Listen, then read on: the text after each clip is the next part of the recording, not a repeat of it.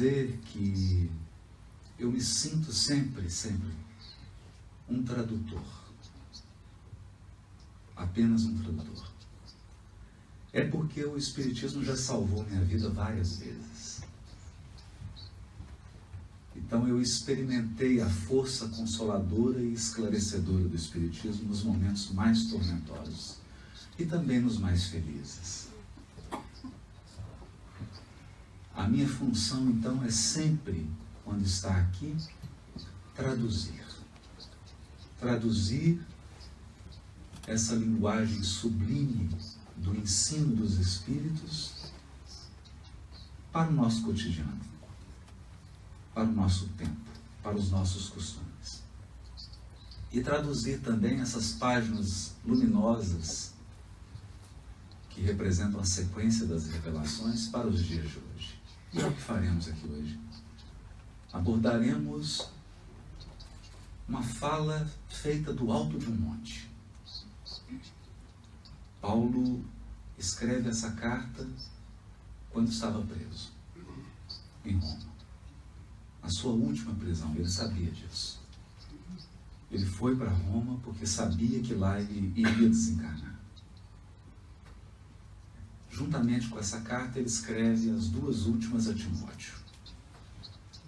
Nas cartas a Timóteo, ele já dá vazão à despedida. Ele se despede, ele sabe que está indo. Portanto, essa carta aos Hebreus, nós selecionamos um item para comentar hoje. É a carta de alguém que já está quase no mundo espiritual. É a carta de alguém que já se aproxima de uma idade avançada. Ele devia ter mais de 70 anos. Então é alguém que vê a vida em perspectiva.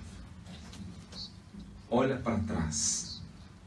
E como disse o Steve Jobs naquele discurso dele, ele já estava com câncer, né? E como que a pessoa consegue enxergar em perspectiva? A vida só faz sentido quando você vai olhando para trás e vai percebendo os fios que se conectaram. Como que as coisas se articularam para que tudo agregasse em direção aos propósitos da encarnação. E nós vamos falar disso aqui. E espero hoje ser um tradutor fiel. Porque a minha função aqui é muito difícil. É recolher de um oceano de luz algumas xícaras para trazer. É uma compreensão muito profunda, mas nós vamos fazer esse esforço porque ele é importante. Outra coisa que nós gostaríamos de deixar claro: a abordagem aqui é à luz do Espiritismo, não de outra vertente, sem menosprezo nenhuma delas. Mas é que o Espiritismo lança uma luz demasiado profunda sobre esses textos. E nós conseguimos. Hoje eu concluo. Eu não sei se aprendo mais o Espiritismo quando leio esses textos do Novo Testamento e do Antigo Testamento, ou se aprendo mais sobre esses textos quando leio o Espiritismo. Porque o capítulo 1 do Evangelho segundo o Espiritismo nos conta dessa sequência. É um organismo, é uma grande árvore. Eu espero aqui não retirar a seiva, não matar essa força viva que é a revelação. A primeira coisa que a carta aos Hebreus vai dizer,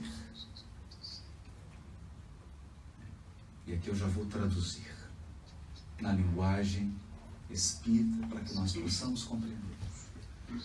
A carta aos Hebreus vai dizer que, embora a criação seja infinita, Deus começa onde o infinito termina.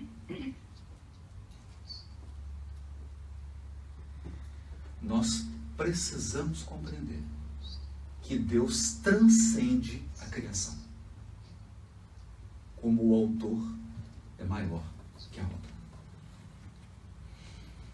Tanto que ele pode continuar criando várias obras. Deus é maior que a sua obra. Dizer isso não é pouca coisa, porque a obra divina é infinita. Esse é um ponto que nós precisamos refletir. É claro que Allan Kardec deu uma contribuição extraordinária, porque ele colocou a última pedrinha. Ele deu a contribuição que faltava para que nós pudéssemos superar o antropomorfismo. Então, a famosa pintura de um ancião, Deus como um velhinho, estendendo o dedo, e o homem tentando tocar, é coisa da nossa infância espiritual. Foi útil até um determinado tempo da nossa evolução, mas isso não faz mais sentido para as nossas consciências. Nós já atingimos um patamar espiritual superior a esse. É então que Allan Kardec irá falar sobre o fluido cósmico. O oceano de energia no qual a criação infinita está mergulhada. O que aprendemos com isso? Não há fora de Deus. Não há fora. Nesse sentido, a tradição hebraica é muito interessante, porque um dos nomes de Deus é o lugar.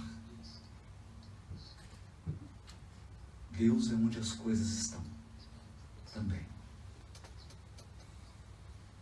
A criação está nele. Nele nos movemos e existimos, como os peixes no oceano. Não há fora. Portanto, a sua influência, a sua inteligência suprema, essa é a primeira questão do Livro dos Espíritos. Há uma inteligência suprema supervisionando a sua vida. Suprema. Então, a vida transcorre com inteligência. Com tanta inteligência que às vezes não faz sentido para a gente.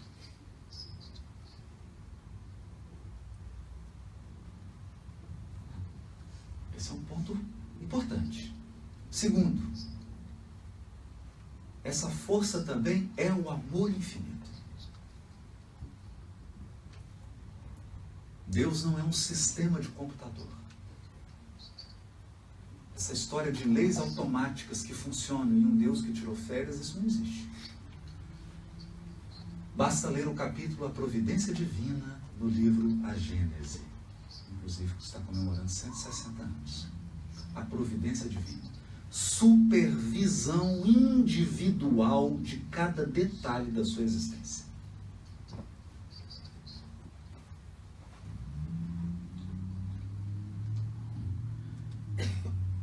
Quando nós compreendemos que Deus é a permanente presença, no dia que o Espírito alcança essa compreensão, ele nunca mais se sente sozinho. Então assim começa a carta aos Hebreus, trazendo esses aspectos da transcendência.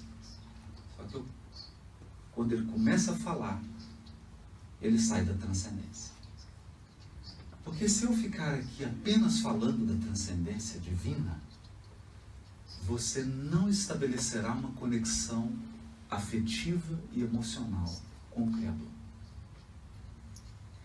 Então, há uma outra dimensão do Criador, que é a imanência. Deus se manifesta. Ele se manifesta. Talvez a maneira que nós mais estejamos habituados a entender a manifestação de Deus seja através das revelações. Ele envia missionários, seres que já vivem no padrão que eles querem nos ensinar. Então eles vêm aqui para falar dos seus hábitos, do que eles já vivem. Isso é um missionário. Sempre sob a supervisão divina. Essa é a revelação. Mas tem um elemento mais sutil. Emmanuel diz que Deus se manifesta através das circunstâncias. Quem está no sonho? Um pouquinho está dando um microfone. Por favor, obrigado. Deus também se manifesta, diz Emmanuel, através das circunstâncias e das pessoas que cruzam nosso destino.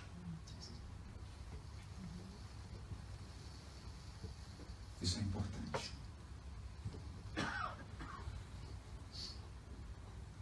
Porque a carta aos Hebreus vai trabalhar um ponto, e nós estamos aqui lendo com a ótica espírita, com a lente espírita. Deus optou por agir através das suas próprias criaturas. Portanto, quando você derrama uma lágrima, é através de alguém que Deus vai enxugá-la.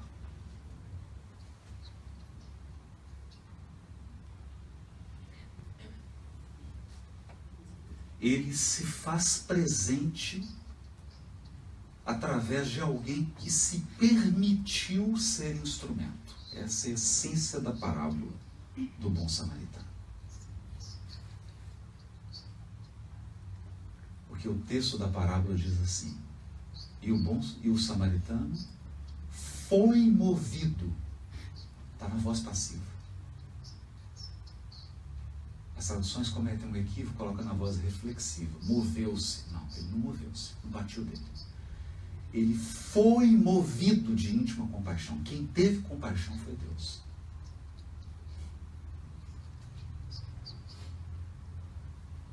E a compaixão de Deus contagiou o samaritano de um modo irresistível.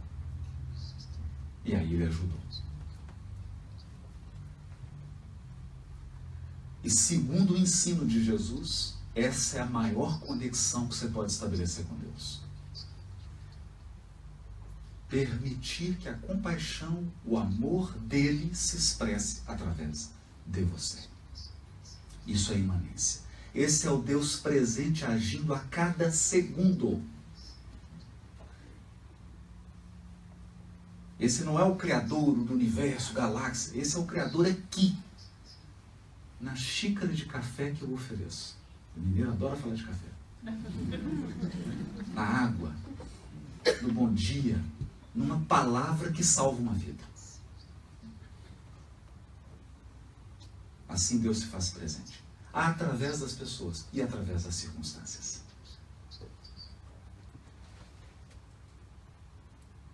Através das circunstâncias. Então a vida se desdobra num conjunto complexo de circunstâncias que se agregam. Algumas desagregam, outras agregam. E é exercendo o livre-arbítrio que nós alinhamos.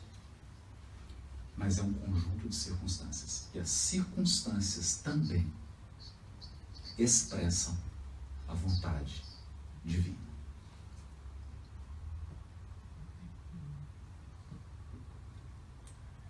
Então, esse é o quadro da Carta aos Hebreus. O quadro da Carta aos Hebreus. Um Deus transcendente, mas um Deus presente. é preciso tomar muito cuidado na nossa experiência espírita para não travar um contato apenas com Deus transcendente. Por quê? Porque no momento de expiação e de grande prova na sua vida, se você não tiver a experiência do Deus presente, imanente, você não fica de pé. Você não fica de pé. Isso é uma experiência. Até que nós alcancemos um estágio, eu fico pensando, enquanto a gente se envaidece, nós estamos numa fase infantil da evolução espiritual. Os espíritos superiores já venceram essa fase infantil ainda do desenvolvimento. E então eles podem ouvir tudo. São Luís diz assim para Kardec, está lá no Obras Póstumas: nós confiamos em ti, porque sabemos que a tua fé é qual um muro de aço, inabalável.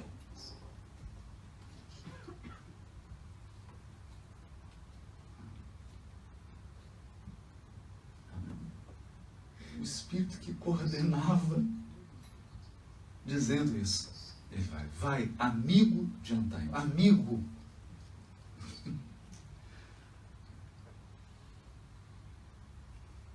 Mas o que nos chama a atenção aqui é o que São Luís destacou: a fé inabalável de Allan Kardec. Não a inteligência, que é extraordinária, a perspicácia e o bom senso, não. A fé inabalável. Porque a fé aqui tem a ver com essa comunhão. Com essa comunhão. E aqui nós entramos num grande tema. E por coincidência, todo mundo sabe que as circunstâncias são fruto das coincidências. E coincidência é um dos nomes de Deus, né?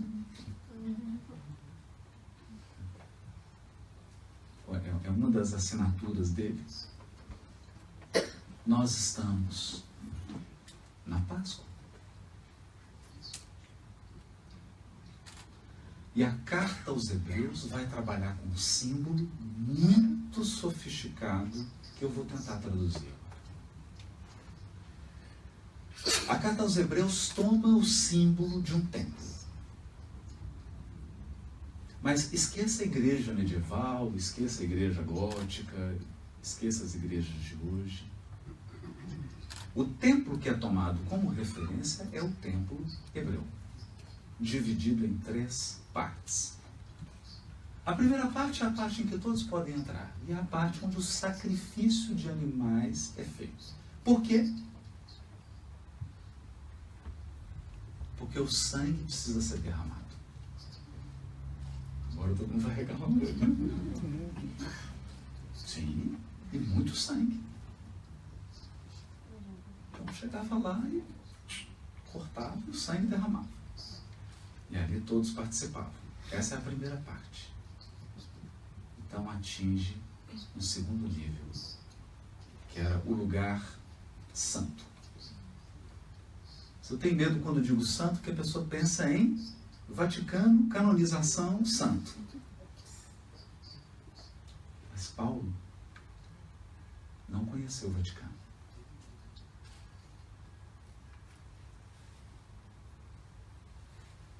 Não conheceu. A palavra santo, Kodesh, significa reservado para Deus. Reservado. Nesse sentido, o pão destinado ao culto era santo. Era o reserva. Quem conhece vinho aí sabe, é o reserva. É o reserva. É aquele, o especial. A ideia aqui é que ele foi reservado no sentido de que eles têm que estar puro. Porque Deus é puro.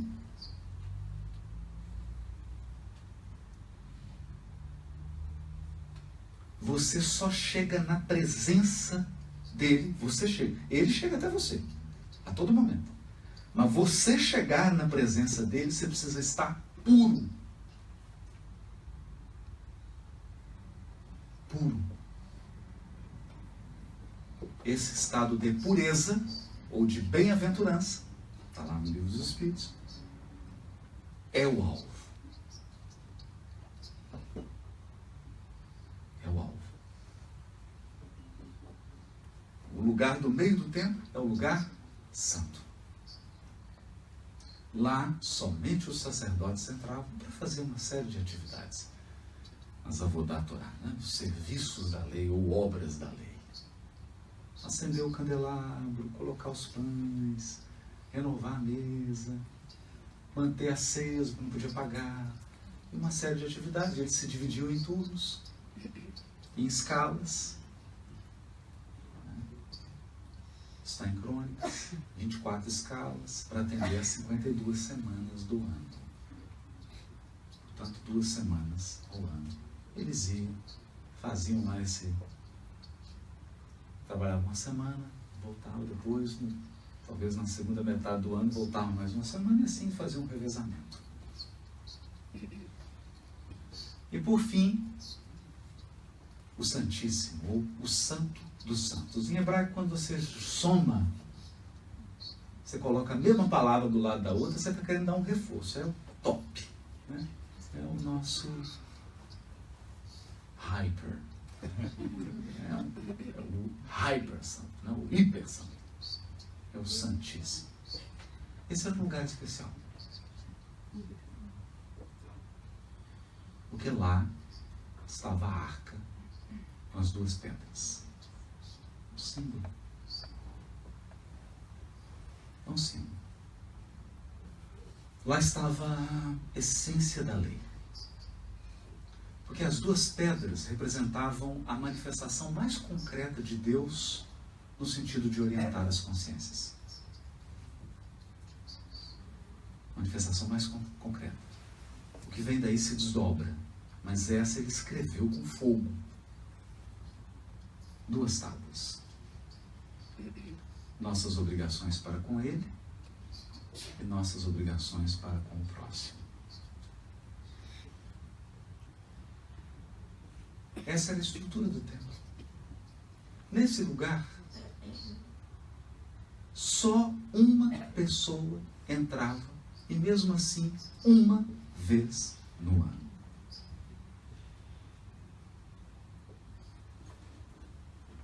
Ele entrava no dia da purificação, no dia do juízo, ou no dia do perdão. Depende do ângulo que você está enxergando. E fazia um pedido pela comunidade. Era o chefe dos sacerdotes, ou o sumo sacerdote. Por que eu estou dizendo isso? Porque Paulo vai pegar esses símbolos aqui e vai dar um sentido todo especial a eles. Mas agora eu já quero abrir algumas coisas. No livro No Mundo Maior, Calderaro fala sobre a estrutura do nosso cérebro. Dividido em 3 partes. A primeira parte, o cérebro inicial, que é o lugar onde o sangue é derramado.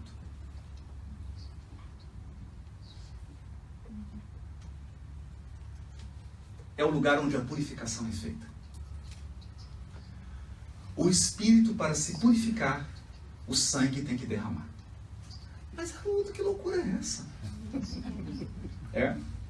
Você está no mundo espiritual. Aí você olha para você, percebe. Você olha para uma tela de 250 polegadas, 5K, que passa em alta definição toda a sua vida íntima. Essa tela se chama perispírito.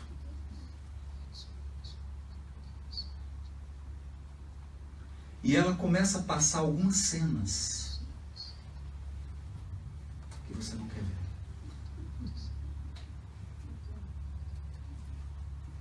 São situações em que você fez coisa feia demais. Sabe por quê? Porque toda vez que você fez feiura, você só pensou em você.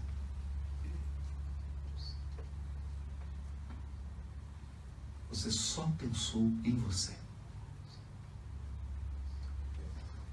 Então, os momentos mais desastrosos da nossa evolução espiritual foram momentos de muito prazer para a gente.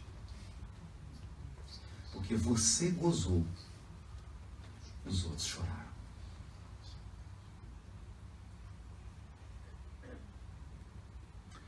Então você expoliou bens materiais. Você riu. Alguém chorou. Você abusou do afeto, da confiança de alguém. Você riu. A pessoa chorou.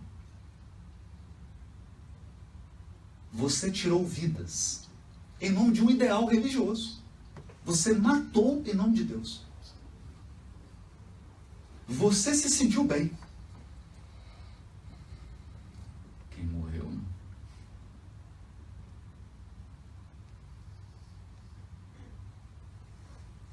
Então o cerne do erro espiritual é a busca exclusiva do interesse pessoal. Por isso que no Livro dos Espíritos está dito assim, olha a pergunta que Kardec faz. A abstração feita dos vícios e das imperfeições, o que caracteriza o espírito imperfeito? Quando eu li essa pergunta, eu falei, não estou entendendo essa pergunta. Se eu tirar todas as minhas imperfeições e todos os meus vícios, eu sou um espírito puro. Não. Não. Tem uma coisinha. Tem uma coisinha. O motor de todos os vícios e de todas as imperfeições. Os Espíritos dizem assim, o interesse pessoal. Essa é a marca da impureza. O interesse pessoal. Coisa rara no mundo é o desinteresse total. Os Espíritos vão dizer.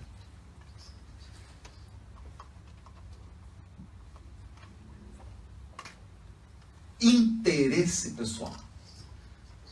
É o interesse pessoal que nos derruba na evolução.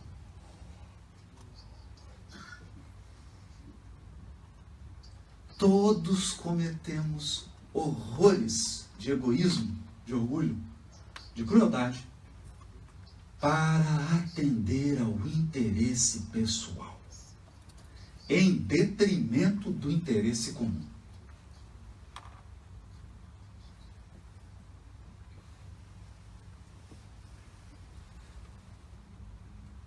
Esse é o ponto. Esse é o ponto. Por isso que o Espiritismo não trabalha com listinhas moralistas. O Espiritismo vem assim, não pode acordar 8h30. Então, acorde 7h. Coma tal comida. Ele não trabalha com isso. Sabe por quê? Porque aí você fica mudando a tinta por fora. Você não está trabalhando na estrutura. Você não abriu a planta da casa. Você não está olhando para o erro estrutural. O erro estrutural. Eu preciso que guardem. Essa palavra é importante. Usando a metáfora da arquitetura. Se essa casa, se esse prédio aqui, tiver um erro estrutural, você pode pintar quantas vezes você quiser. Você pode mudar, enfeitar, pôr cortina.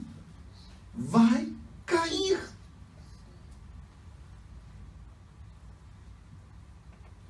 Como que o os textos bíblicos chamam o erro estrutural? O erro estrutural tem um nome. Erro estrutural se chama pecado.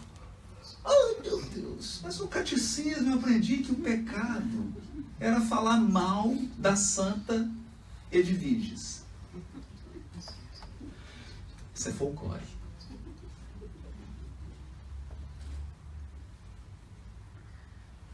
Isso é folclore. E por séculos nós fomos distraídos por essas crendices. E as pessoas que nos ensinaram essas crendices estão hoje reencarnadas fazendo palestra e traduzindo o Novo Testamento.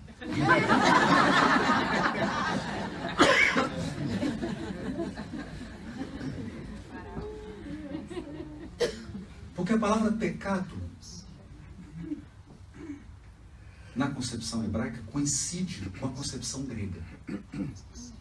Eu estou falando isso aqui porque isso é um tema fundamental da Carta aos Hebreus. Fundamental. Os gregos tiveram uma compreensão, ao meu ver, mais profunda da expressão pecado. Os gregos criaram um gênero de teatro chamado tragédia, a tragédia grega. O que era a tragédia grega? Toda a cidade era reunida, Nuremberg inteira. E era apresentado a tragédia grega. Qual que é a estrutura da tragédia grega? Eu tenho um herói trágico. E por que lotava? Porque toda a tragédia grega tem uma estrutura. Alguém sai do bom e vai para o pior. E a gente adora a história de tragédia, de alguém saindo da bonança e indo para a miséria, saindo da alegria e indo para a tristeza. Quando não é com a gente, não é? Claro. É uma alegria ver a tragédia grega. Então a tragédia grega, a pessoa sai de um estado, de uma condição excelente e vai para uma situação horripilante. Quando acaba a tragédia grega, por exemplo, o rei Édipo, quando acaba, você fala assim, coitado desse homem. Foi tudo destruído, a vida toda destruída, acabou tudo. Então as pessoas saíam da tragédia grega num estado de comoção emocional, que em grego se chama catarse. Então o objetivo da tragédia grega era produzir a catarse. Catarse é purificação.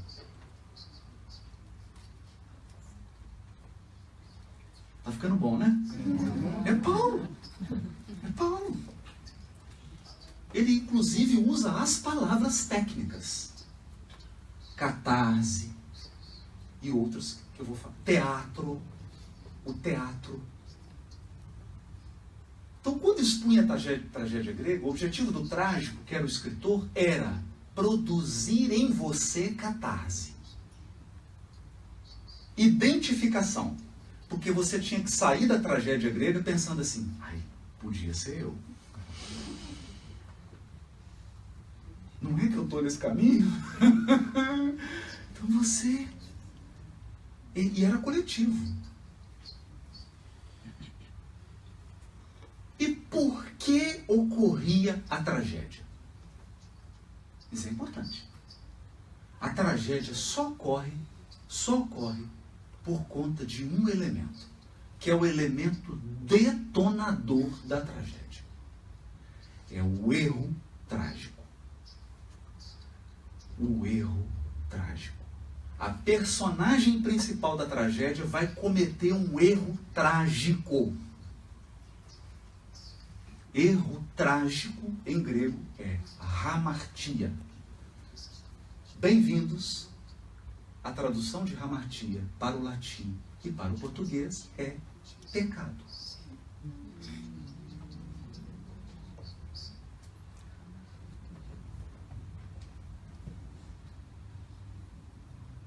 É o erro trágico.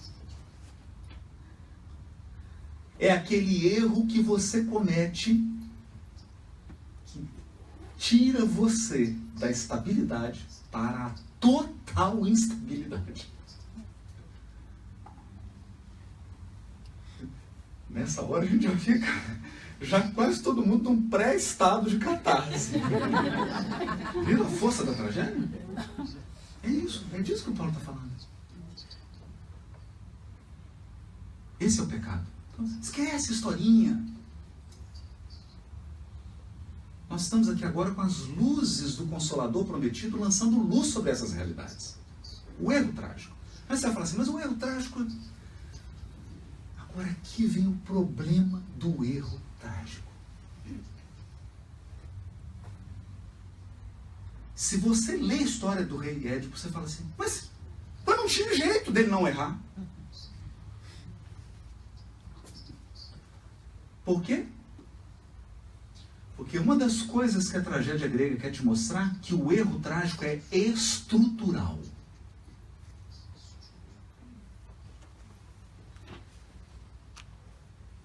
Ele não é, eu escolhi mal. Não, isso é equívoco. Isso é fácil. O problema do erro trágico é se você não quiser errar, você tem que mudar-se. Você tem que transcender-se. Transmutar a sua natureza humana. Como é que faz isso? Os gregos não responderam a essa pergunta. E pior, na tradição religiosa grega, os deuses ficavam disputando, né? Ficavam fazendo aposta. Eu acho que vai cair ali. Não, eu acho que cai mais na frente. Dava bolo. Graças a Deus. Não conhece nem você.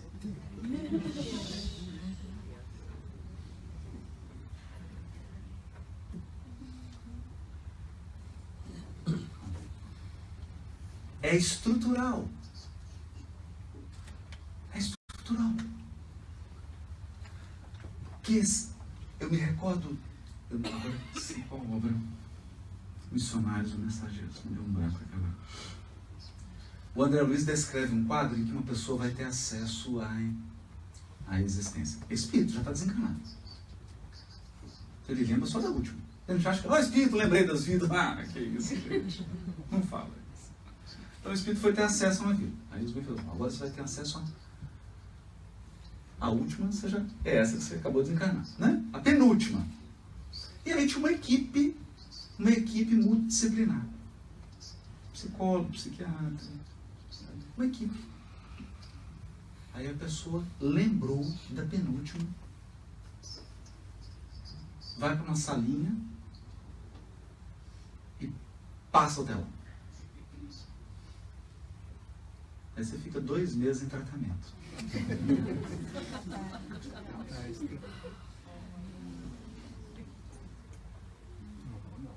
2 meses em tratamento. Aí ela voltou para a sessão. É pior que quimioterapia. E voltou. Lembrou mais um.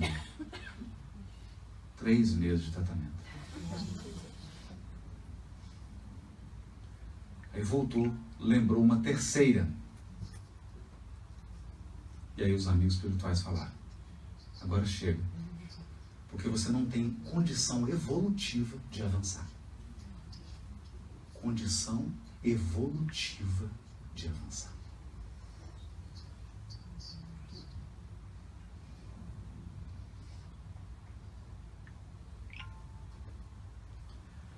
Então aqui nós percebemos que se você quiser ter uma encarnação saudável, agradeça a Deus por ignorar.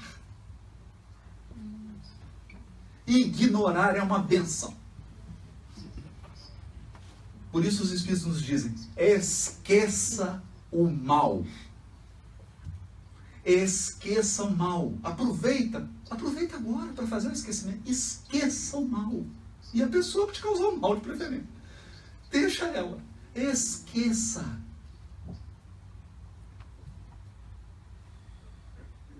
Essa é uma primeira característica da amartia ou do pecado. Nós não conhecemos o passado. Por que essa é uma característica? O rei Édipo vivia num lugar e ele não sabia que a mãe e o pai, os reis, eram adotivos.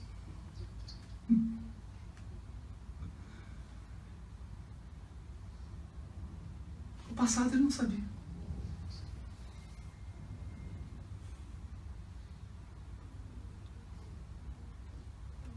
Segundo, você não conhece os desdobramentos futuros.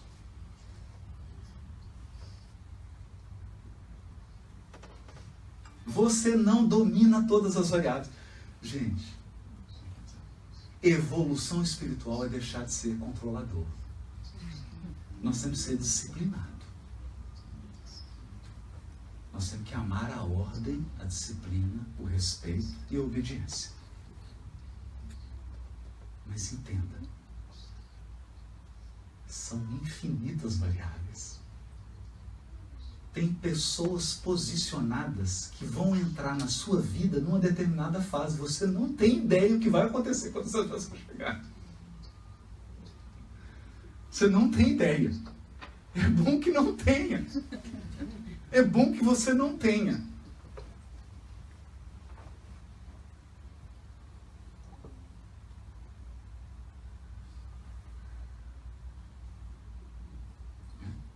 Às vezes eu faço orações e falo assim, não me contem.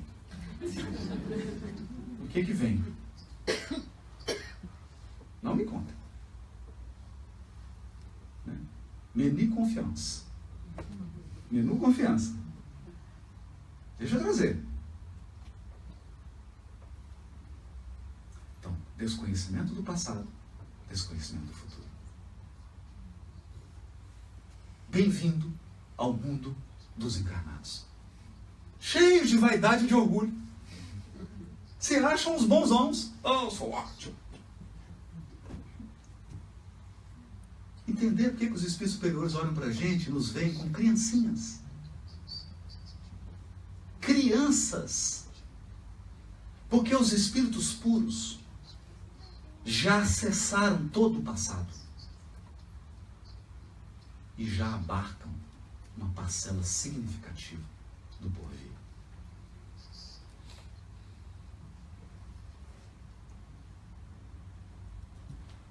Se você soubesse por todos os lugares que já passou e por onde vai passar, suas decisões seriam totalmente diferentes. Ah, então por que Deus não permite? Porque aí você não seria espontâneo.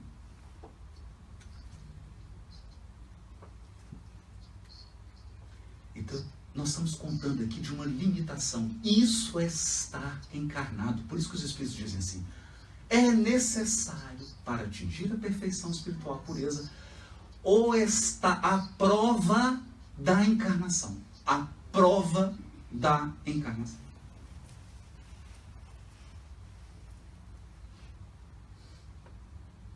Porque encarnar é ter a oportunidade de ser espontaneamente, não deliberadamente. Se você acessasse aqui 5 encarnações passadas suas, você seria uma pessoa extremamente humilde. Cabeça baixa.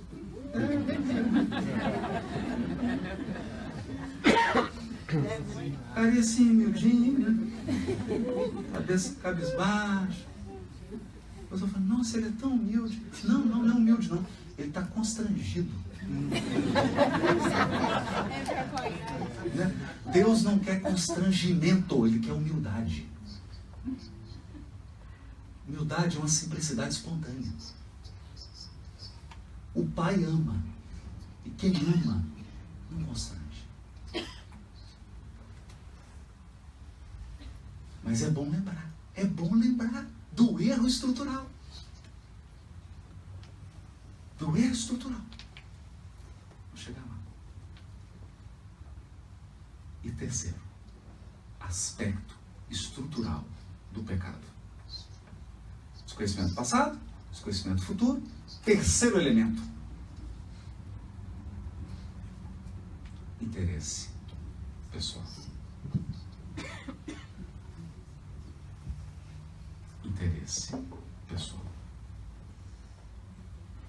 Quando eu estou em dúvida, eu opto por atender meu interesse. Raramente eu estou em dúvida, então vou atender o interesse comum. Não, isso não acontece. Ainda não. Ainda não. Interesse pessoal.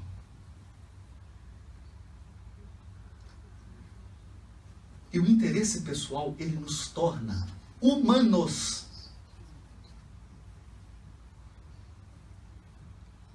Então, totalmente previsíveis. Totalmente previsíveis.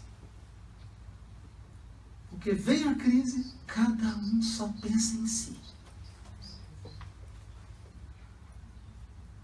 A gente pensa em si.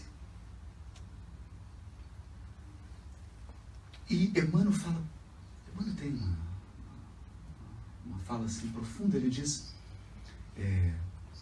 as nossas falsas noções de felicidade e paz. Olha, de liberdade, felicidade e paz. Por quê?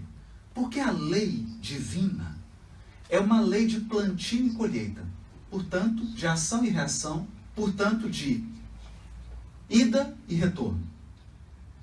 Se eu penso no bem comum, o bem comum irá me sustentar. Se eu penso só em mim, eu terei que me sustentar. E tem hora que não dá. Não tem jeito. Não tem jeito. Você observa certas espécies animais, o bichinho acaba de nascer e já sai andando. Meu Deus, credo. Acabou de nascer, já sai levantando. Né? A mãe só dá uma limpeza ali e vai embora. Acabou. A espécie humana não. É a mais dependente de todas.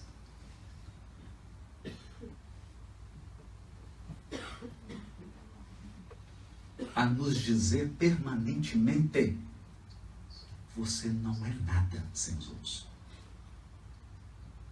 Você nem começaria a sua encarnação.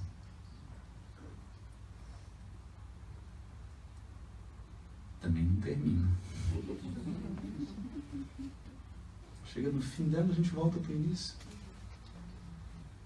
Total dependência. Eis aqui o pecado. Então agora eu posso dizer o que Paulo diz. Paulo diz assim: quando surgiu o pecado? Ele fala, quando o primeiro homem surgiu na Terra. Claro. Entenderam? Porque o pecado, a hamartia, o erro trágico é uma condição do encarnado. É uma condição do encarnado. Então, dá uma pausa agora. Dá uma pausa. Respira. Alcíone. Livro Renúncia. Ela está em Sírios.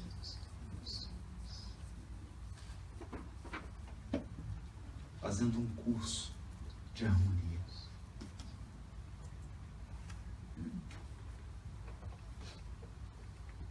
Regiões celestiais. E ela resolve vir para ajudar os amores que ficaram no caminho. Por isso que o amor é a força que liga o universo. Se não fosse o amor, você nunca ia ver um anjo. Até se tornar um. O amor conecta tudo. Aí faz anjo vir para cá, faz missionário vir, por amor. Falaram com o doutor Bezerra assim, agora o senhor pode ir. Eu falei, eu queria ficar aqui, tem uma turminha. Tem uma turma minha aqui que agarrou. Lá em BH a gente fala assim, agarrou. Tô preso. Eu queria ficar, porque sem eles é tão sem graça, né? Pode ficar, Bezerra.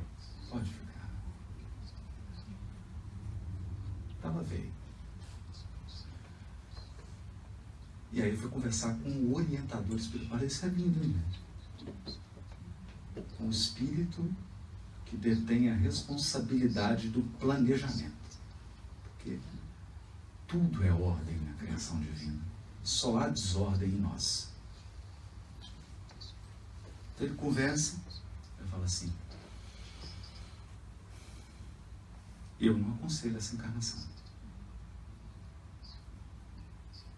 Mas por quê? Você está se expondo a um risco muito grande. Alcione, você vai encarnar.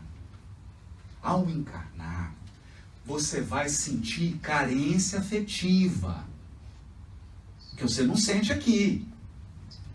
Solidão, medo. Tudo que é da natureza do encarnado.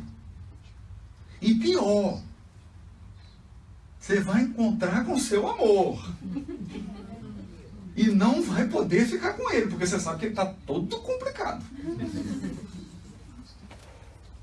Está preso em 200 vínculos. E leia, leia. Muitos saem daqui e não voltam.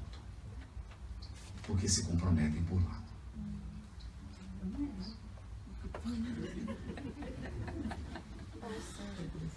Não sei, se fosse eu falo, não vou. Não, deixa eu ficar aqui. Qual que é a próxima aula mesmo de música, né? Ela fala, vou. Possível. Você vai sentir o desejo até de ter filhos. De perpetuar a espécie. Essas coisas que encarnar. Ou seja, gente, isso é lindo, porque ele está dizendo assim: você vai experimentar hamartia. O problema é estrutural. Você vai esquecer o passado. Você vai esquecer as perspectivas e você vai experimentar carência afetiva, solidão, essas coisas de encarnado. Porque o encarnado é o gato de botas. Com aquela carinha.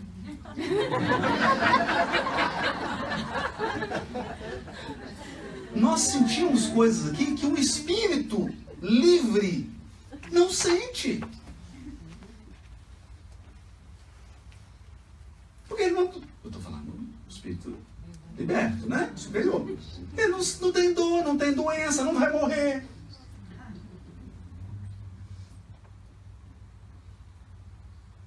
Não envelhece, não tem ruga. Não faz botox. Não engorda. Não engorda. Entendi.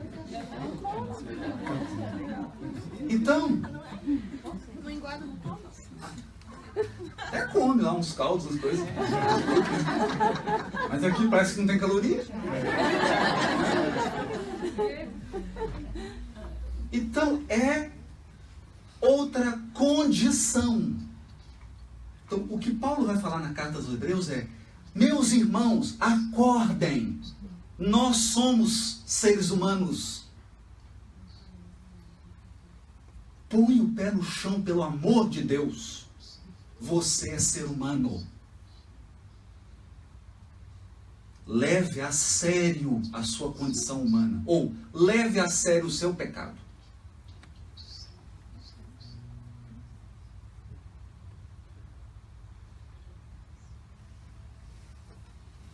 Deu para entender o pecado?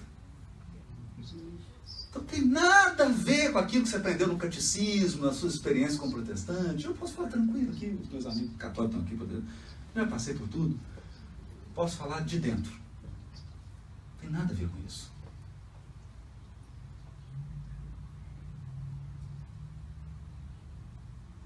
Isso é o pecado. E como é que tira isso? Agora eu vou falar do Cordeiro que tira os pecados do mundo. Meu Deus, de novo. Para a gente entender e tirar o espírito da letra.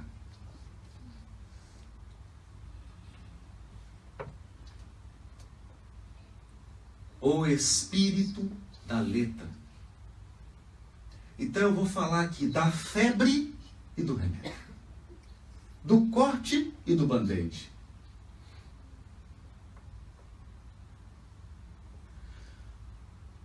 Elementos estruturais do pecado: ausência de conhecimento passado, ausência de conhecimento futuro, que eu vou agrupar. Ausência de conhecimento do destino. Segundo elemento estrutural do pecado: interesse pessoal. Essa ausência de conhecimento do destino produz em nós fragilidade. Sabe por quê? O mais difícil de uma provação e de uma expiação não é tanto a experiência em si, é a falta de perspectiva.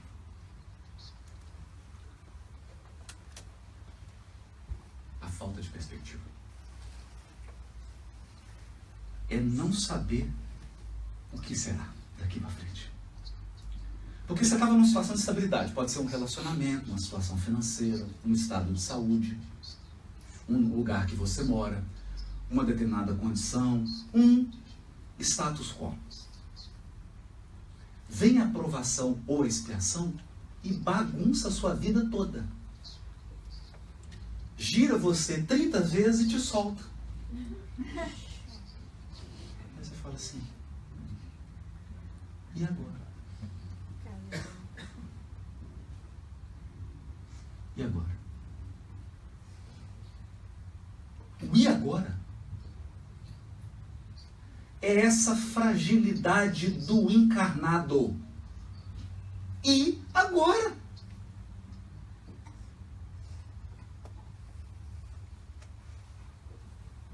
Mas quem está te vendo e te supervisionando não tem nenhum desespero.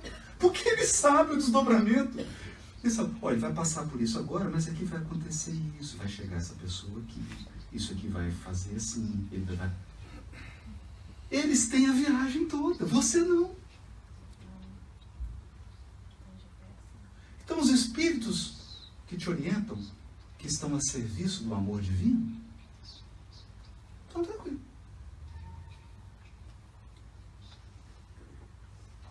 Você está desesperado. Você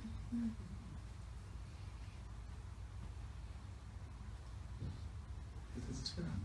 Mas eu sempre gosto de dizer: não suicida, pelo amor de Deus, não faz isso.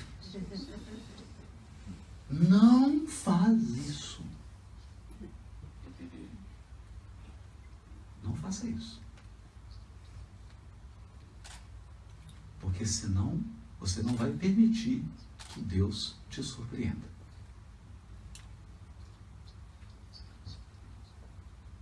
Primeiro, ele esvazia suas mãos. Depois ele enche de novo.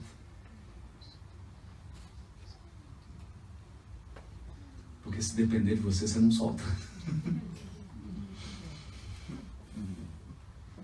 Por que isso? Instabilidade. Instabilidade. Então, instabilidade. Que é a ausência de conhecimento futuro. Passado e futuro. Ausência de conhecimento do destino.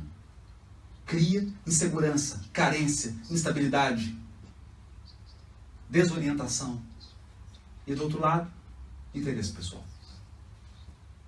E como é que sai disso? Então Paulo vai tomar do simbolismo do templo, em que uma vez no ano o sumo sacerdote entra no lugar santo, que é onde está a lei.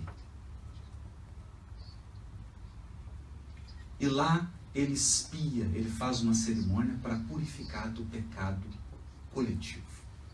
Paulo pega tudo isso e vai fazer uma junção maravilhosa. Porque você pensa aqui, você tem um passado de animalidade, de instintividade. Acredite, há um Jumanji dentro de você.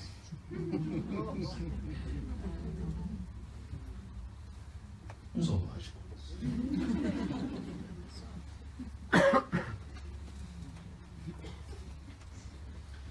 Nós estamos tão repletos de experiências na matéria,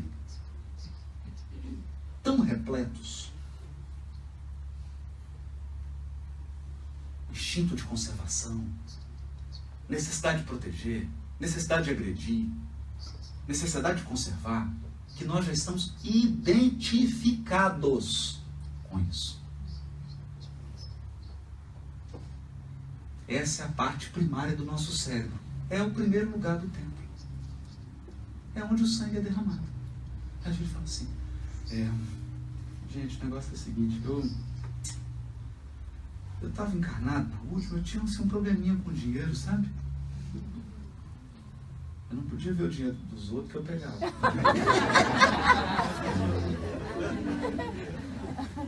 Agora eu estou numa situação difícil aqui. O que eu faço? Aí os espíritos te orientam e falam assim, tem que derramar sangue. É o sangue que purifica. Sangue que purifica. Encarna.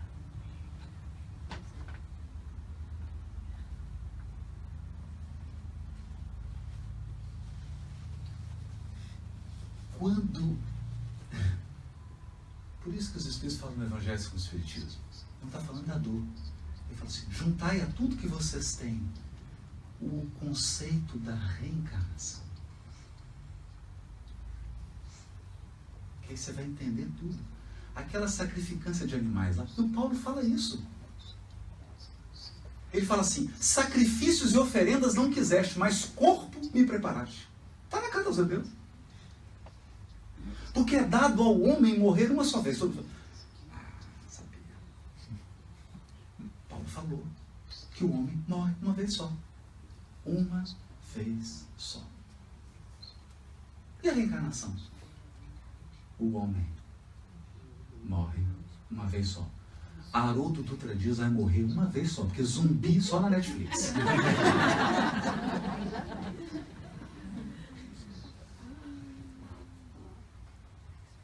Uma vez só.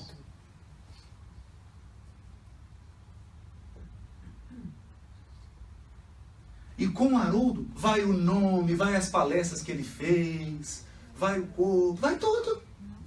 Tudo acaba. Depois que eu desencarnar, não tem mais Haroldo. Tem o espírito que um dia animou a personalidade Haroldo. Haroldo acabou. Isso é difícil. Por isso que é difícil largar. Tem aquele filme com o Brad Pitt que eu adoro, né?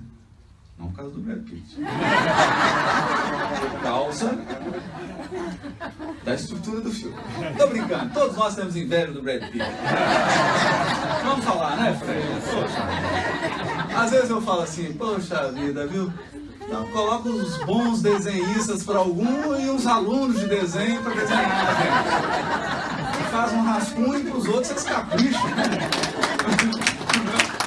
Pelo amor de Deus. Mas então, é um encontro marcado.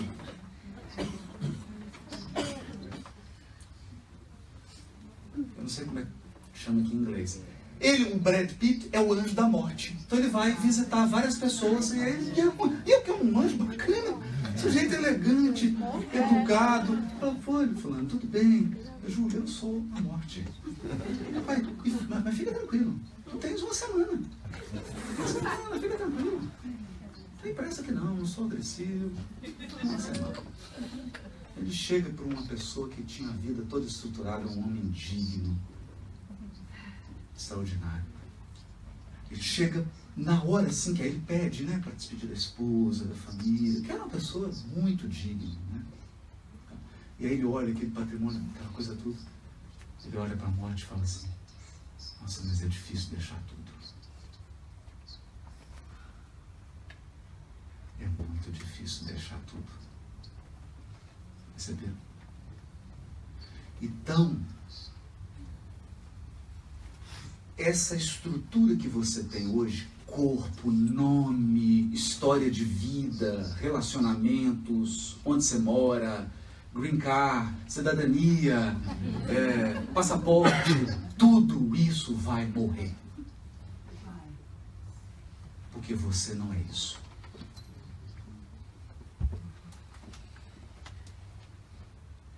Ao homem é dado morrer uma só vez.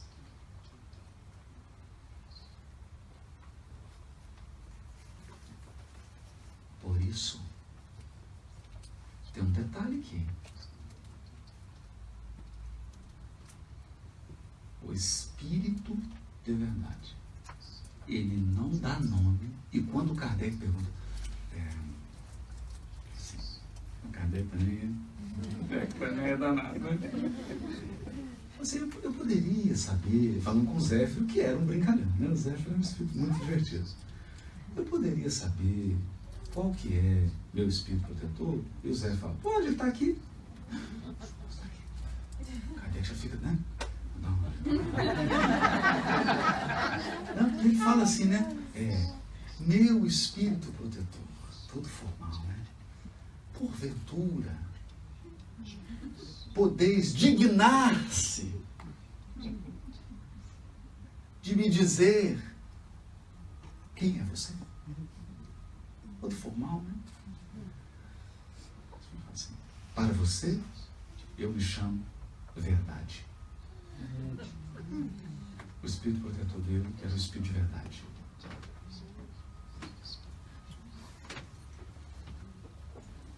Kardec não. Por acaso, mas olha a inteligência. Animaste. Olha a palavra que ele usa. Ele não usa assim. Por acaso você foi?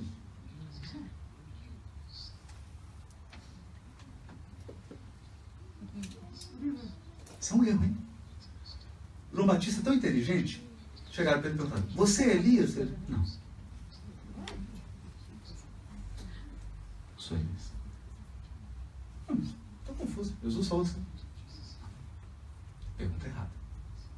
Se tivessem perguntado assim, você animou a personalidade de Elias? Animei. Aí eu animei. Eu não sou Elias. Elias morreu.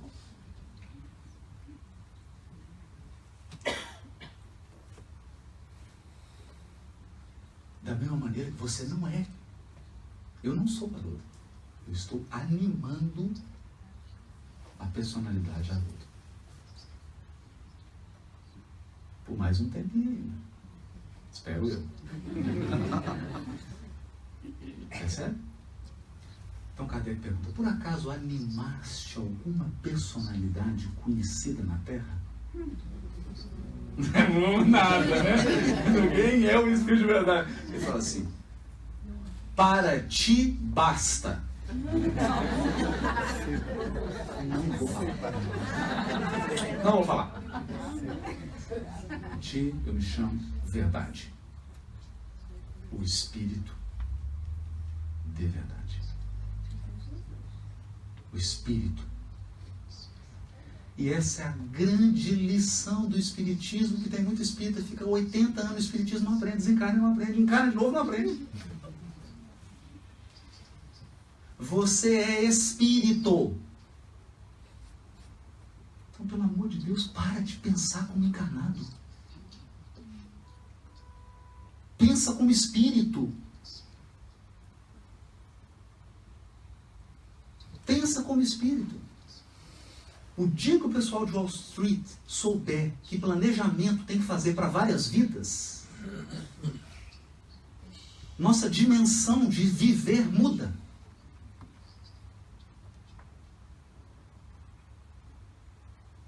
Porque você está com a pessoa aqui e fala assim, deixa eu abraçar ela porque daqui 4 vidas ela vai estar em nossa. Daqui 4 encarnações ela resolve esse problema. Mais 3 vidas e eu supero esse vício meu.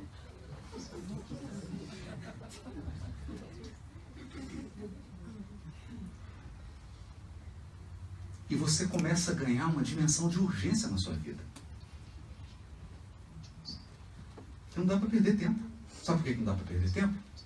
Porque você não está aqui só resgatando, você está aqui semeando a próxima encarnação.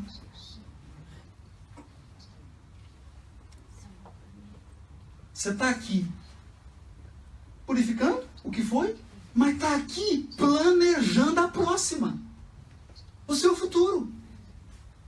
Então não dá para distrair. Porque senão é a historinha da cigarra e da formiga. Então, o espírita verdadeiro tem um senso de urgência, de aproveitamento. Que eu quero, se Deus quiser, uma melhor do que essa na próxima. Construir melhor. Esse senso de urgência, isso é espírito. Então, Paulo tem essa dimensão. O sangue derramado é encarnar.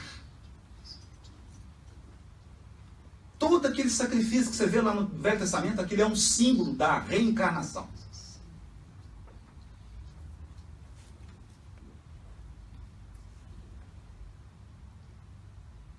Purificação. Por quê?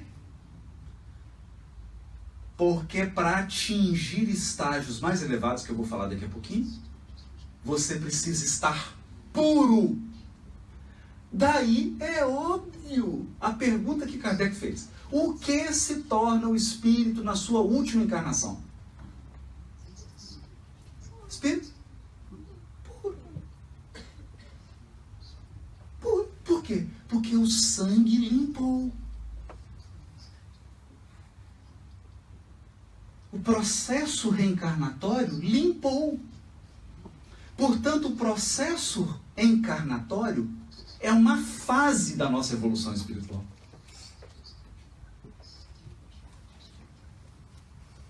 Dado que o espírito puro encarna em missão, você quiser. Mas ele não está mais obrigado a encarnar enquanto processo de desenvolvimento espiritual. Por quê? Porque já está puro. Purificou. Purificou. E aí ele vai experimentar outras dimensões que não adianta ficar falando aqui, porque nenhum encarnado sabe. Como é que você fala de uma coisa que você não está vivendo? Então eu morro de rir dos místicos, porque é chute. Se for chute, eu também jogo na mega.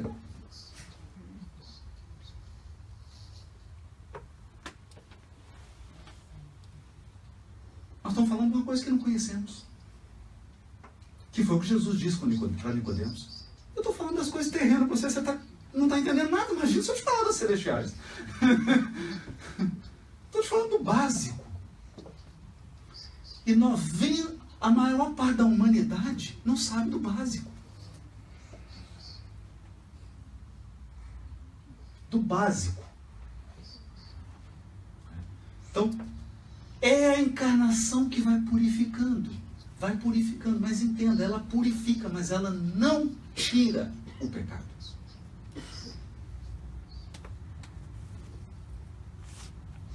Que é desconhecimento do destino e interesse pessoal.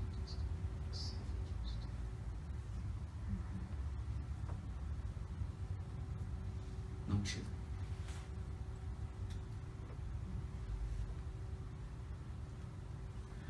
Eu tenho um caso que é o livro Entre a Terra e o Céu, que eu achei, gente, é uma escola, né? Porque o livro Entre a Terra e o Céu, ele abre 3 encarnações das personagens.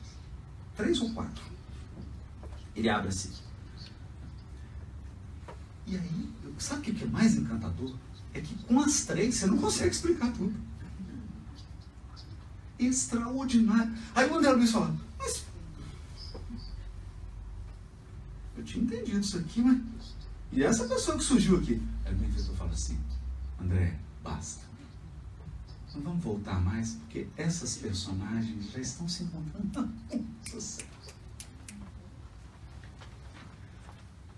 Então, se nós pudéssemos aqui, cada uma aqui, avaliar suas encarnações, você veria que você está com as mesmas pessoas, cometendo os mesmos erros. Sabe aquela peça da Broadway, 30 anos, que você já sabe a fala? Então ele está assim, é isso, é a nossa história encarnatória. Agora ele vai encontrar fulano e ele vai falar isso. Aí ele vai falar aquilo. Aí eles vão fazer isso. Aí vamos ver quem vai agredir quem. Porque Reveza. Reveza. E nós ficamos num ciclo repetitivo de erro-resgate. Erro, resgate. Erro, resgate. Erro, resgate. Erro, resgate. Então toda vez que você resgata, os espíritos ajoelham e começam a orar. Deus, Pai amado, que Ele saiba escolher e cometer erros diferentes.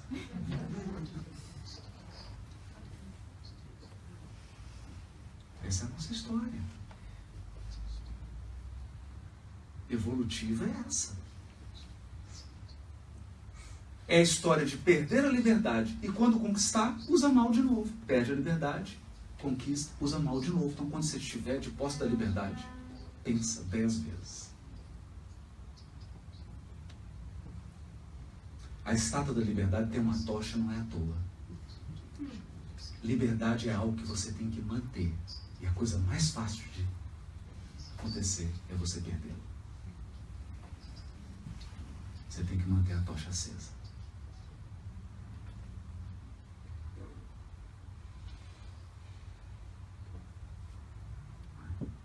A lei que nos rege, se eu escolhi mal,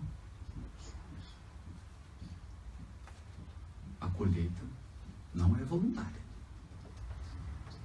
Então, cuidado para que ou para quem você entrega a sua liberdade.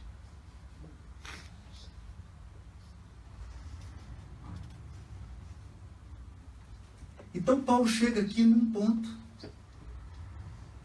em que o segundo momento do tempo é o lugar santo, que é a nossa estrutura presente do cérebro, a estrutura motora, todas as faculdades. E o santo dos santos, que é a região futura, onde está nosso potencial divino e onde está a lei revelada no Sinai, na consciência.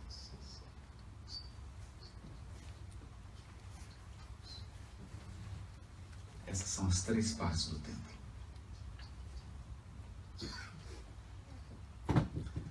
E o Calderaro fala bonito e diz assim: por isso, André, podemos concluir que todos trazemos em nós o passado, o presente e o futuro.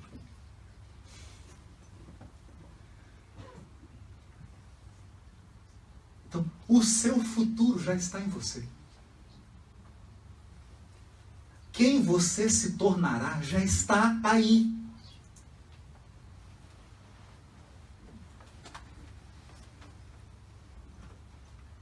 Já está aí.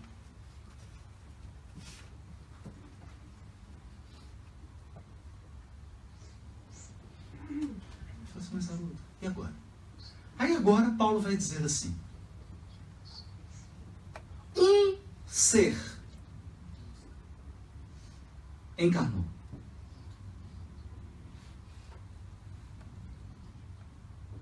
A humanidade inteira mergulhada em Hamatia. Que é desconhecimento do destino e interesse pessoal. E esse ser irá trazer o remédio para superar a Hamatia, o pecado. É isso que a carta aos Hebreus vai dizer. Eu estou simplificando bem aqui, mas você entendeu essa essência, entendeu a carta. O resto são símbolos, são detalhes.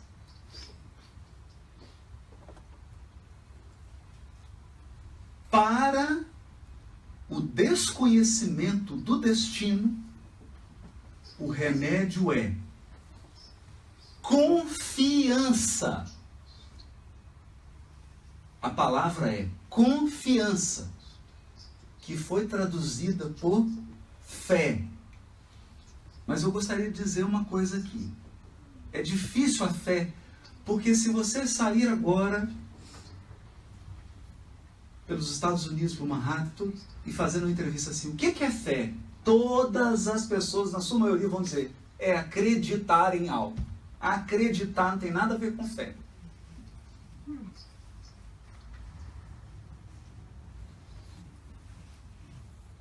Eu acredito que vou chegar encarnado no Brasil.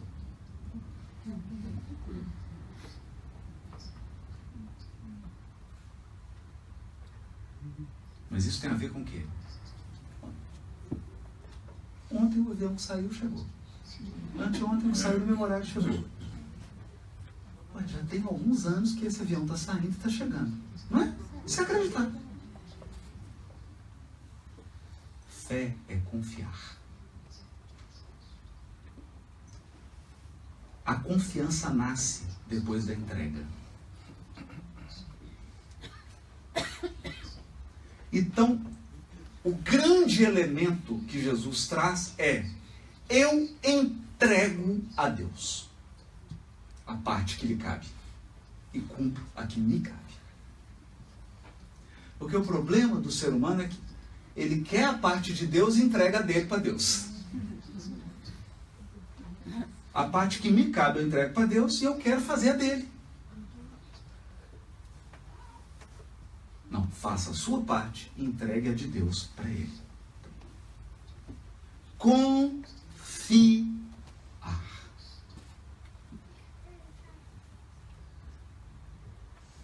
Confiar. Olha,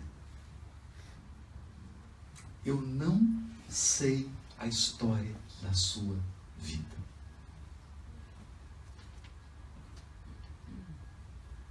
Mas você está aqui. Você já pensou nisso?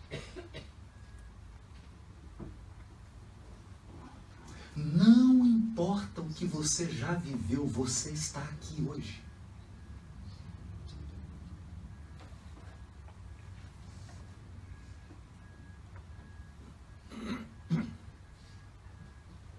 A vida aguardou por você.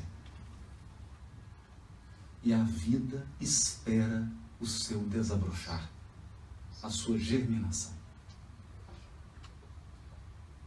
A vida espera por você.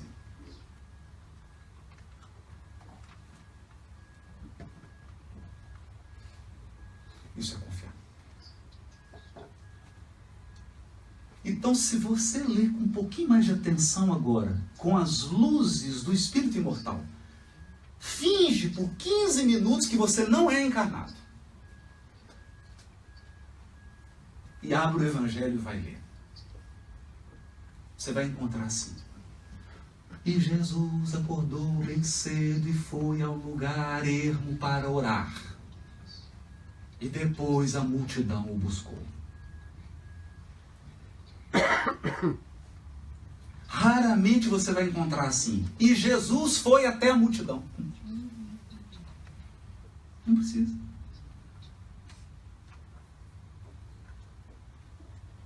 Não precisa. O que precisa é você acordar e ligar o seu Wi-Fi.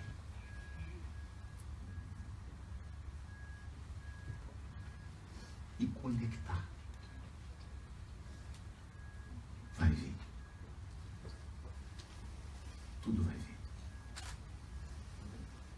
E vai vir de tudo.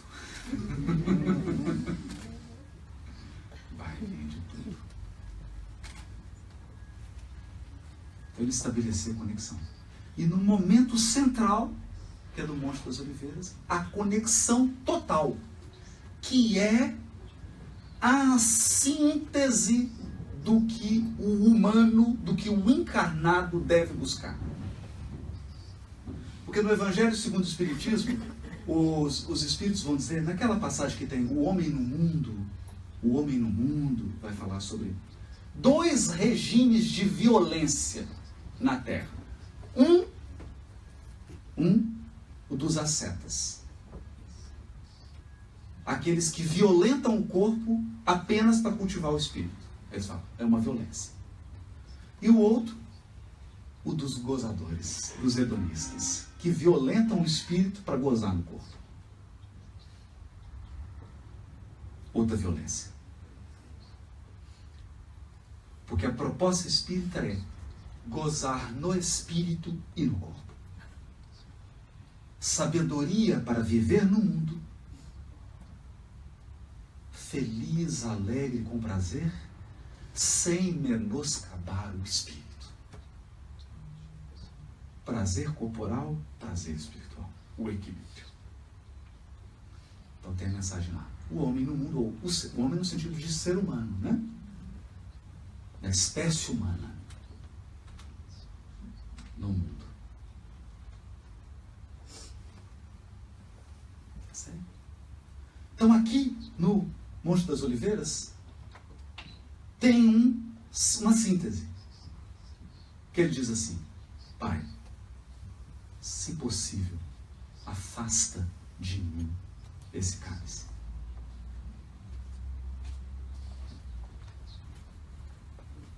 Esse é o primeiro ponto. Não permita em você nenhum desejo de sofrimento.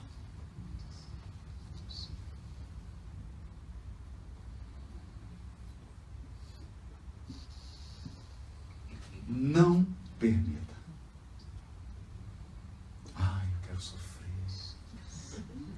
Não vejo a hora de sofrer.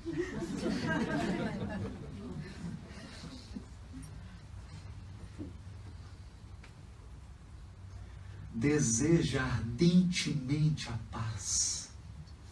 Deseja ardentemente a alegria. Deseja ardentemente a afabilidade, a doçura. Deseja ardentemente a realização, a felicidade. Deseja ardentemente. Mas entenda, se possível. E aí vem a outra parte. Mas que não seja feita a minha vontade, mas a tua.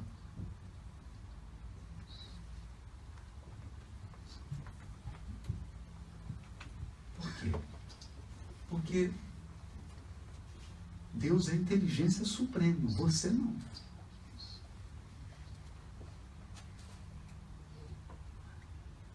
Vamos aqui a frase do Oscar Wilde. Ele diz assim: você quer desgraçar a vida de alguém? Dê tudo que ela deseja.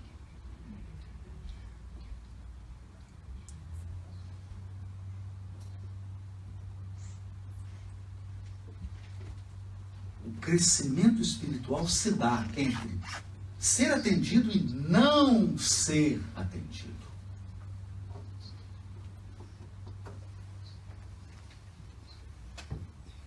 E é aqui que o Ramatia pega. É aqui que o Ramatia pega. Porque o que o encarnado faz? Ele não tem conhecimento do destino, nem do passado, nem do futuro. A hora que a situação toma um novo rumo, ele desespera. Que ele fala assim: saiu do meu controle, mas quando que esteve? Quando que esteve no seu controle? Gente, é preciso muito preparo espiritual para isso aqui agora. Pensa. Você não tem controle de nada.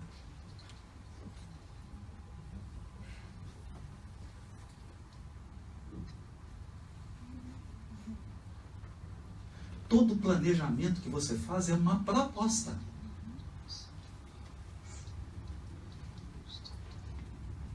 Pode ser batido um carimbo assim. Aprovado. Pode ser batido um outro carimbo. Reprovado. E tem o Minority Report também. Depois vamos falar sobre isso.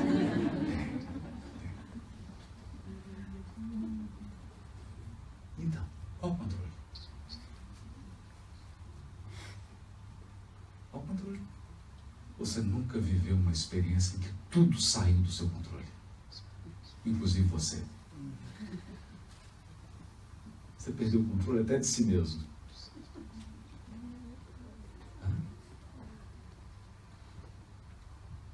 Então aqui, o Paulo vai falar de fé, e eu acho graça, porque as pessoas acham que fé é ficar rezando, gritando, cantando. Fé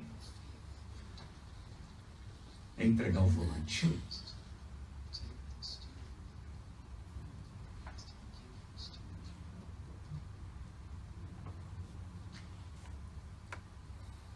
Tem horas, você tem que falar assim, agora é o Senhor que dirige. Agora é o Senhor que dirige. Agora eu sou o passageiro. Coloca seu cinto.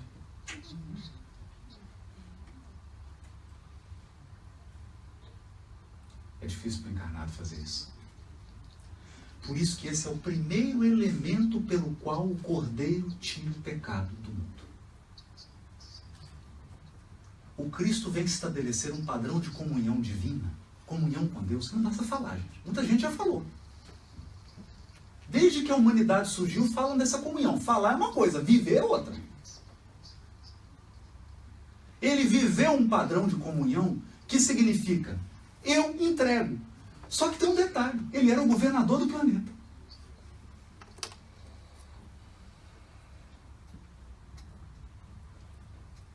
Você entregaria o controle? Sendo o governador do planeta? Você entregaria? A cena que eu acho mais extraordinária do ponto de vista espiritual é o governador do planeta encontrando com o governador da Judéia. Pilatos e o governador do planeta. Dorme. E ele disse para Pilatos: nenhum poder você teria sobre mim se não lhe fosse dado pelo alto.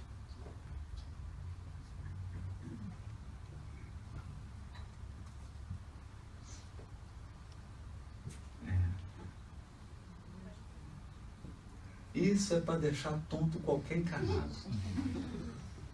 Dizer assim, você não tem poder. Você detém poder. E eu respeito tanto a fonte desse poder que eu vou te respeitar.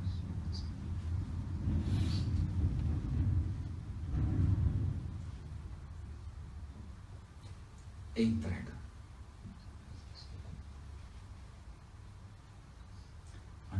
Por isso a minha e-mail dirá assim: não percas a tua fé entre as sombras do mundo.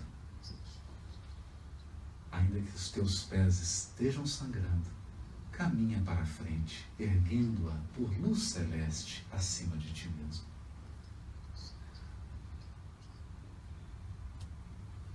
De todos os infelizes, os mais desditosos são os que perderam a fé e prosseguiram vivendo. Hoje é possível que a sombra te cubra, que a morte, né?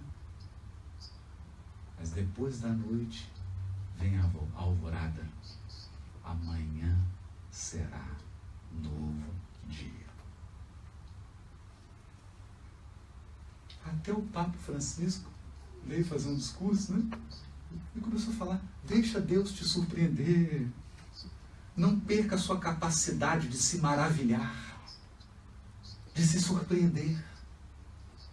Porque isso está no pacote da confiança. E é assim que se vence um dos elementos da armadilha.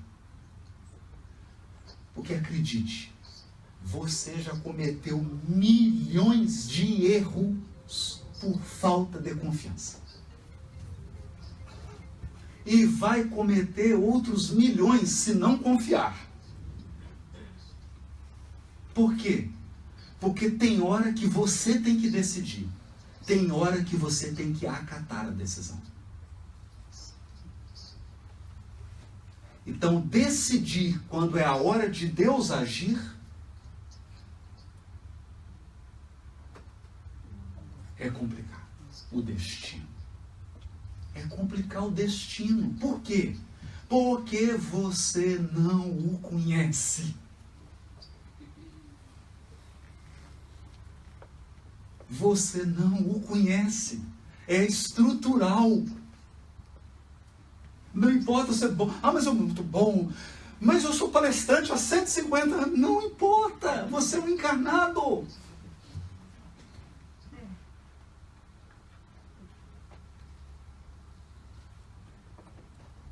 é estrutural. Segundo, interesse pessoal. E aqui, precisa dizer? Precisa dizer. Para a lição do interesse pessoal eu vou chamar. Por isso que ele é o cordeiro que tira o pecado do mundo. Porque o cordeiro simbolizava a candura, a entrega. A entrega. O que eu estou dizendo aqui? Evolução espiritual verdadeira é uma sociedade anônima. Deus é o acionista majoritário. E você tem 49%.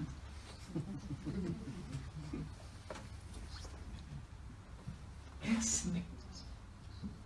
É uma parceria. Uma parceria. Uma parceria. Me recordo de um momento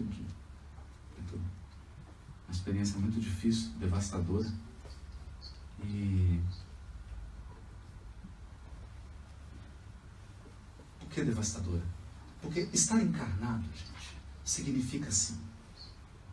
Significa que o Chico nasceu em Pedro Leopoldo e num determinado momento, por questões que eu não vou dizer aqui agora, ele teve que sair de Pedro Leopoldo. Correndo. Então as coisas tiveram que ser adaptadas para que a missão não falhasse. E aí chegou uma pessoa na programação que era o Valdo Vieira, para dividir a psicografia com ele, só que o Valdo abandonou o espiritismo e o abandonou aqui nos Estados Unidos. Então ele teve que se adaptar para que a missão não falhasse.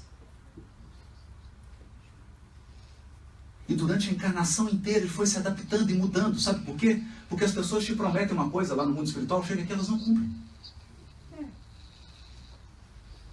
Você não cumpre.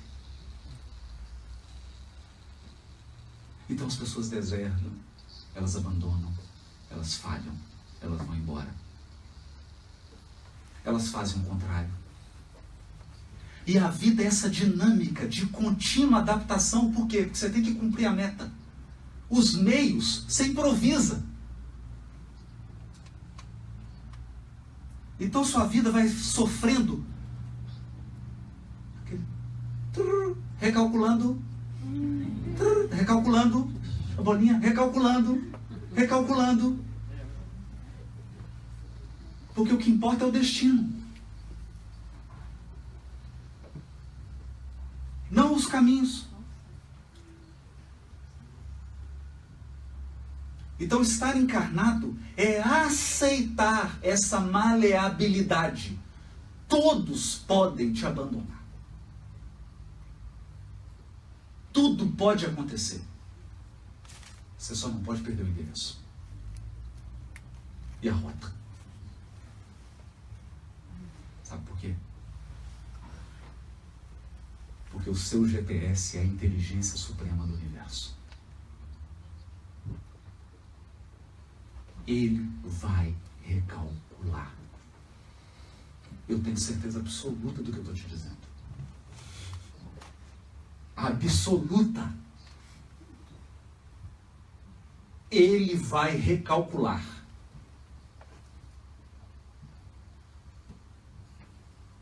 Mas para você viver isso sem se despedaçar, você tem que ter confiança. Paulo chama confiança de pistes. Se você quiser traduzir para o latim, fé. Fides. Faith. Aqui. Confiança. Confia. Confia. Então quem tem aquela visão de programação espiritual, saiu uma folhinha assim, não, Haroldo, ele vai nascer 9:30 da noite, na cidade tal. Não, eu sou Gêmeos. Meu Gêmeos morreu com 3 dias. Deu tudo errado no parto.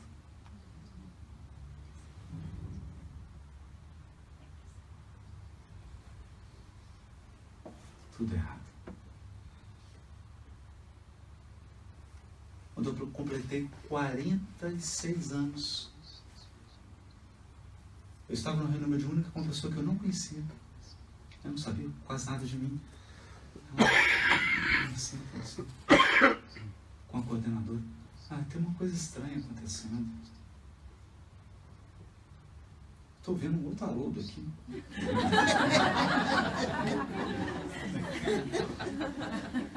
Estou tão envergonhada. Achou que eu estava sendo vítima de uma mistificação. E eu fiquei caladinho. Só observando. Nossa. Ninguém sabia. Aí, mas como assim outro Haroldo? Você... Parecido, né? Não é outro. É igual ele. Aí a coordenadora olhou para mim. O que ele quer dizer? Eu não contei. O que ele está pedindo para dizer? Está tudo certo. Que ele só veio porque você estava com muito medo de encarnar. Muito medo. Pelo que te aguardava. Então ele falou assim, eu vou com você até o início. Depois eu...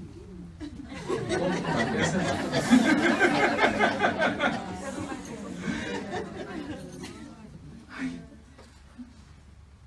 Mas que loucura. Eu falei, calma. Eu sou Gêmeos.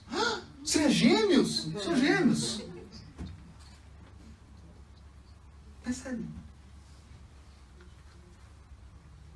Então, meus amigos, a bênção de estar no Espiritismo é isso. Nós temos hoje acesso a um novo patamar de fé. Não dá nem para dizer isso para as pessoas. Fé, como essa confiança. Há uma inteligência suprema recalculando o seu destino a cada segundo. Agora, por favor, não dê trabalho para ele. Segue o GPS. Tem uma coisa que o GPS está assim, vira de direito, pessoal. Eu acho que eu vou para a esquerda.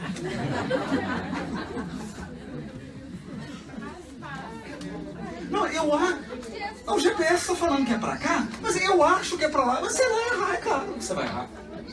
Você vai errar. Eu acho que é para cá. Segue o GPS. Não é? Então, vai recalculando. Esse é o elemento central do Evangelho. O Evangelho vem dizer assim, olha, é como se Jesus dissesse assim, gente, eu não tenho muito tempo. Eu tenho uma governança de um planeta. Eu não tenho muito tempo para ficar aqui falando com vocês. Então, vou dizer a primeira coisa. Se vocês não desenvolverem um padrão de comunhão com Deus, não adianta ficar mexendo com religião. Comunhão com Deus. Comunhão. Comunhão é relacionamento íntimo. E é tão complicado, porque, por exemplo, eu estou treinando fazer prece. Então, antes eu ficava assim, Excelentíssimo Senhor, Doutor, Deus.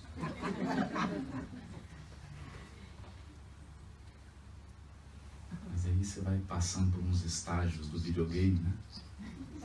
Você já começa a falar assim, ô pai, eu não estou entendendo. Eu te juro. Eu não estou entendendo.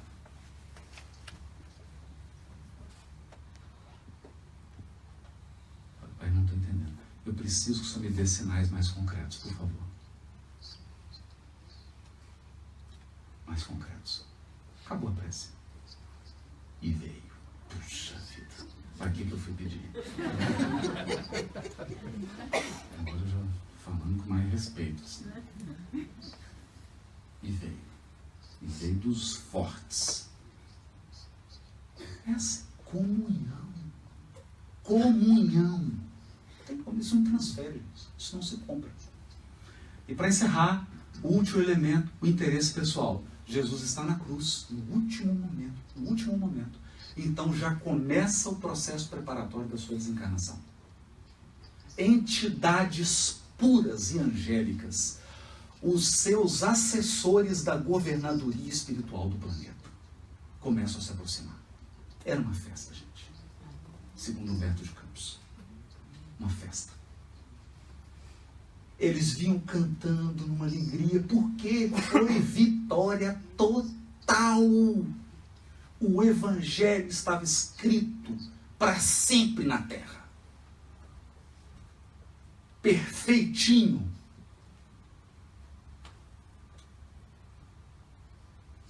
Perfeitinho. Aquela alegria. Gente, é muito...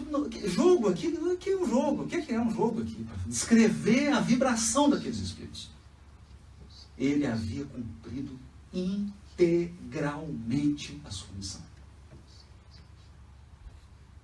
E aí vinham nos passando uns bálsamos espirituais, porque eles já tinham, segundo o Chico, tinha arrebentado todos os órgãos internos deles, né, os soldados romanos, todos obsidiados, né?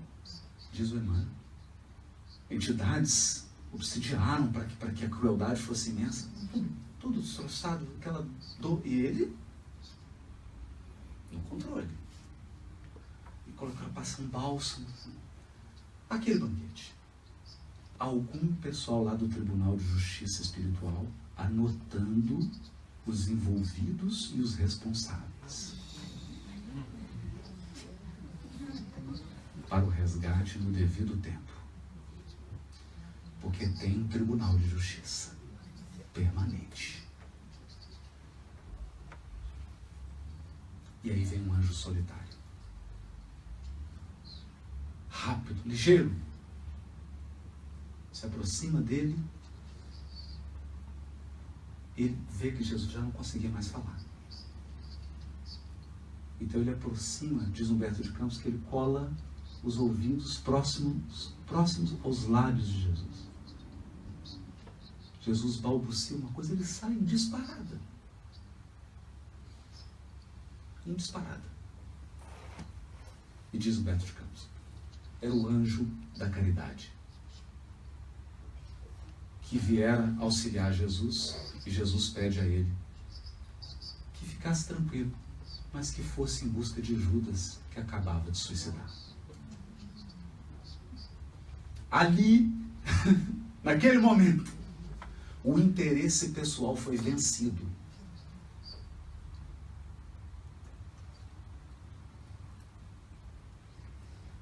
Porque um indivíduo colocou o interesse dos outros acima dos próprios interesses. O pecado foi retirado do mundo. E agora? Agora, questão 625, antes de eu ir para o aeroporto. Questão 625. Ele é o guia e modelo. Você quer superar o hamartia? Quer superar? Olha para o guia e modelo. Segue. Se inspira.